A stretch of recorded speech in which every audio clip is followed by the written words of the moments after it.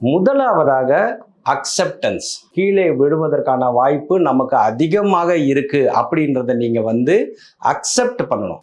இரண்டாவது, நீங்க அக்செப்ட் பண்ணின உடனே உங்கள் உடல் திறன் எப்படி இருக்கு அப்படிங்கிறத நீங்க டெஸ்ட் பண்ணிக்கலாம். அதுக்கு பேர் ஃபால் ரிஸ்க் அசஸ்மெண்ட்.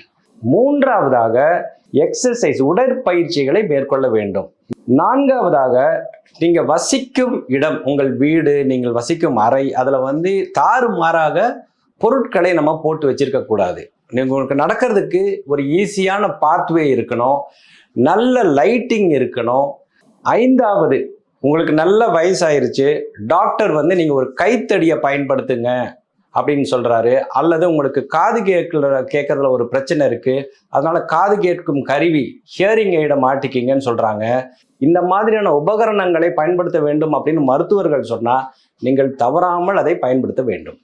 ஆறாவதாக, ஆபத்து காலத்தில் நமக்கு உதவுவதற்கு நம்மை சுற்றி ஒரு சிறு கட்டமைப்பை, ஒரு ஏற்பாட்டை நாம் ஏற்படுத்தி வைத்திருக்க வேண்டும்.